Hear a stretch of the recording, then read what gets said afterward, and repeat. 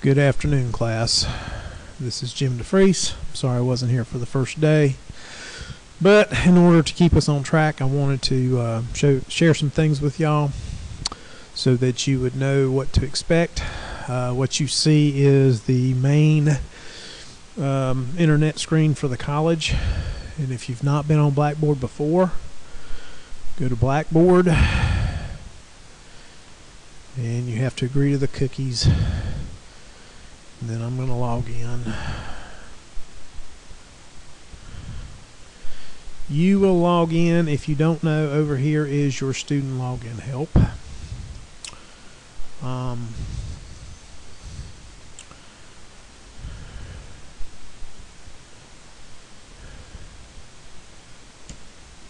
I hope I remember my password. I did.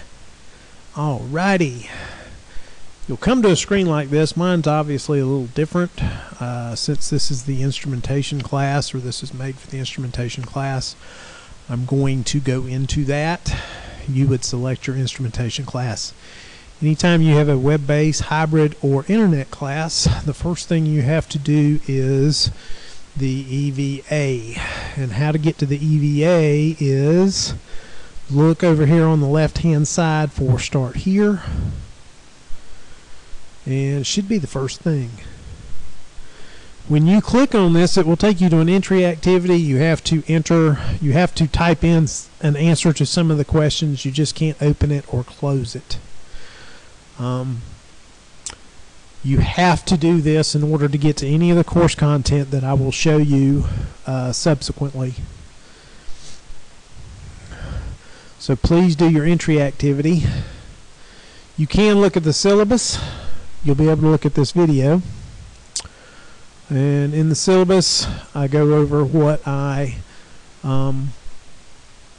do for my classes.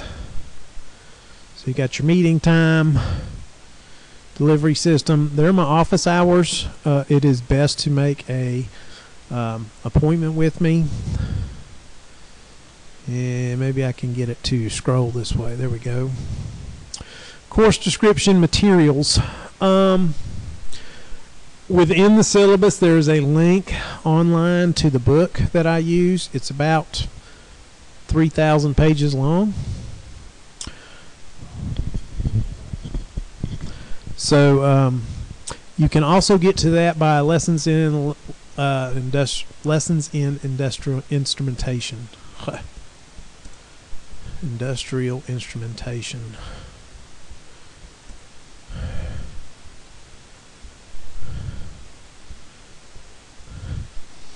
The author's name is Tony Kupholt, so you're looking for Kupholt.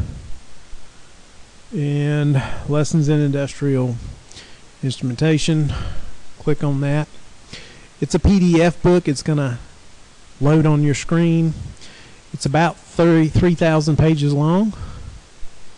And over here you'll see the course, the contents. We're basically going to start at this chapter, which is, I think, chapter 5. And we're going to work our way down as far as we can get. So a good thing to do is to read it, starting in chapter 5, and as you read it and come to class, fill in questions that you might have based on the reading. I always like to download it, which is this little arrow over here. It says download.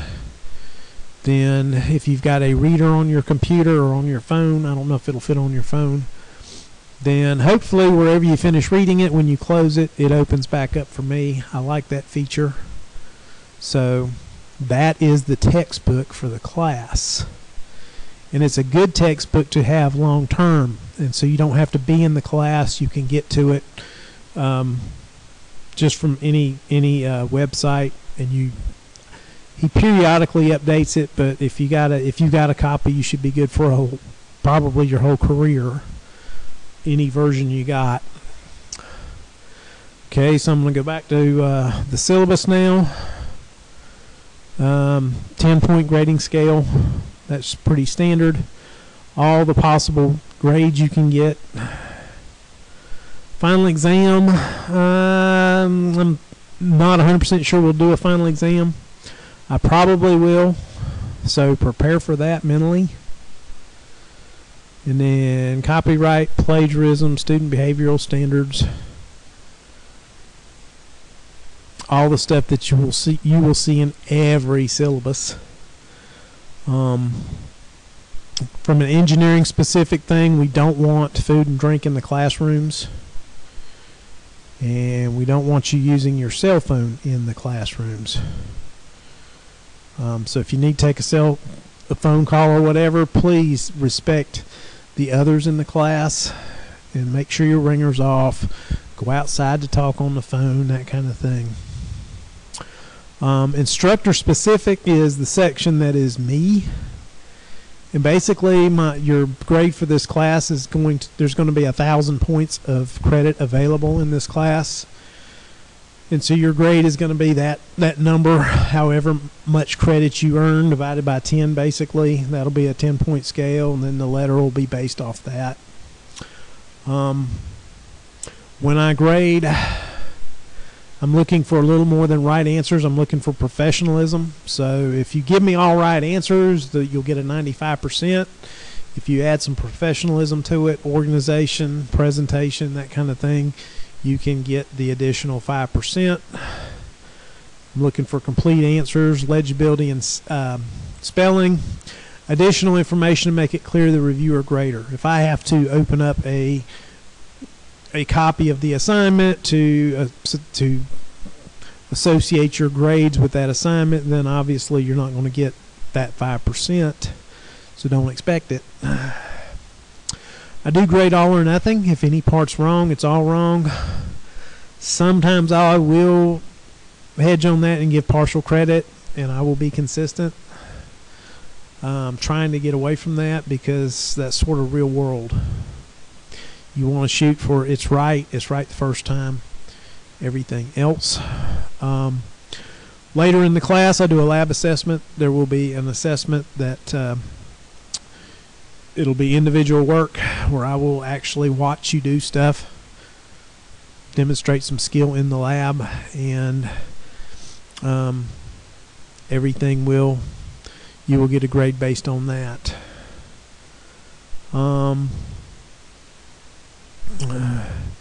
Once we get to the lab assessment, any assignment prior to that, if it wasn't submitted late and you did get something wrong, you can correct your answers and turn it back in. You don't want to get too far behind on that. Actually, if I have something due, then you can subtract 4 from whatever worksheet's due, and I will accept any corrections for that worksheet. So if 9 is due, then corrections from 5, 6, and 7 can be submitted. Once 10's due, I won't accept 5 anymore because you've just waited too long. If you do miss an answer, I'll put NA or no answer on the on my grading, or I will send it back to you in the form of a text saying, hey, you missed this one. I generally will not allow you to correct something you've missed because you really want to get to where you don't miss anything. Very carefully read the question, make sure you answer what is asked. When I do, and I will, put late dates out there or due dates out there for assignments. If you turn it in past the due date, then the highest you can get is a D, because late work is below average, in my opinion. And so I do that in the class. The good news on that is I don't give you a 0. A lot of instructors will, in that it'll hurt your average, but it won't kill you in terms of your average. Historically, students that turn in worksheets in a timely manner will have the highest grades in my class. Plus, you can do corrections. So if you're diligent, you can get a pretty high. You can almost assuredly pass, and you can get a pretty high grade if you're diligent and you get all your assignments in. Once we get to the lab assignment, there will be 2 lab assignments, 2 review assignments in the final, and those are presented in sequence. Once the lab assignment becomes available, you will do it. Once you do that lab assignment, I'll put in the grade. The next one will become available then review sheet, and final. So you have to have a grade for the previous assignment before you get the next one. So you've got to have all your review sheets done before the final becomes available to you. I do not allow corrections on those on the lab assignments, and I do not allow corrections on the review sheets, and obviously I don't allow corrections on the final. So by the time we get to that point in the semester, you should have it pretty well down, the process. In Blackboard, there will be an overall class grade, and it's a percentage, and it represents all the work to be assigned during the entire class. So it should start out as a 0 for everybody, and as you submit work, you'll see that percentage slowly grow. It should never go down. So once you get to the point where you're in the 70s, you're assured at least a C, and etc. 80s, 90s, B's, and A's. You have to take the final to get an A in the class. It's 10% of your grade. So, but you can get to a good solid B before taking the final, and if you don't want to take the final, you just get a 0 for it, and you get your B. So to pass the class, the student must complete enough classwork. If you don't do the work, you won't pass the class. And your percentage is starting at 0. So it's not showing you what you've made on all your assignments. It's showing you what you've got in terms of an entire body of work for the class. One thing I am implementing this semester is students will be dropped to the class prior to the last day to officially drop. There is a last day to officially drop. For spring semesters, it's usually around the 1st of April, if I recall. That can be found on the college website. If you get more than about 4 assignments behind, I'm going to send you an email saying, hey, you need to catch up. If you don't catch up, I'm going to drop you. If you don't send me a plan that says, okay, I can't send you these assignments, but I will get them to you by this date, then I will have that in writing, and if I don't see it, I will drop you. I have had students in the past, for whatever reason, will come to class but not do any of the work, and that becomes a distraction for those who are doing the work. So that is why I'm adding this now to the class. So if you fall behind on the worksheets and you're not telling me, hey, I'm going to get this caught up, and not willing to put it in writing and not getting it caught up, you can expect to be dropped. If after the last day to officially drop, I can't drop you. So you will get the grade you earned in the class, which probably won't be passing. And this one is important also. No work will be accepted after the end of the regularly scheduled class meeting time, the last regularly scheduled class meeting time. So we meet from 4 to 6 on Mondays and Wednesdays. Whichever day of the week is the last day of the last day we meet that class, either Monday or Wednesday, you have until 6 p.m. to get your work in. If I see at 6 p.m. you are in the middle of taking the final, yes, I will let you finish it, because the final is timed and it's usually online. I won't cut you off for that, but I won't let you turn in work and then go home and take the final after the class, because technically grades in my book, I like to have the grades in by noon the next day, and so that gives me time to get everything finished up for the course. Schedule of course topics. Basically I went by the chapters, and as I'm developing stuff for worksheets, actually I did include chapter 8. So basically we start out with 6 and then keep going, and we'll pull a little bit from these others. We'll jump around a little bit toward the end. There's a lot of material in this class. Some of it you can lightly read just to, put in your mind somewhere that you've seen it, because if you get a job out there in instrumentation, it would be good to say, I've seen this before. Oh yeah, it's in that book. Come back and read it at that time, and then you'll be in good shape. Okay. So what did we have to do first? What do you have to do first? You have to do this entry activity. Once you do the entry activity, you should be able to go to course content and you will see the course text. I did download the text. I did put it in Blackboard so you can get to it if you don't have the internet or whatever. So that's just a link to the, I think it's the PDF. So it would download out of Blackboard, but you can get it off the web.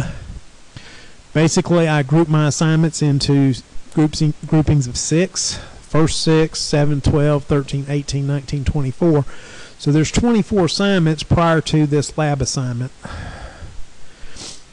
And if you get more than 4 behind, for instance, if we're on worksheet 12 and you haven't got worksheet 5 in yet, 5 allows you to see 7 through 12, 11 allows you to see 13 through 18, 17 allows you to see 19 through 24, 23 allows you to see 25. So if you're not seeing these folders, you're not turning in the work, and you can expect to be dropped. Here's my 2 lab assignments. Here's my 2 reviews. I don't have a final uploaded for this class, or it would be there at this point, but I don't. But that's where it is. If you open the folder, once you have it, you will see various worksheets. I've got 1 ready to go, number 1. I don't have 2 in there yet. I do have an assignment for it. I just don't have an associated worksheet. I'll be uploading those at some point.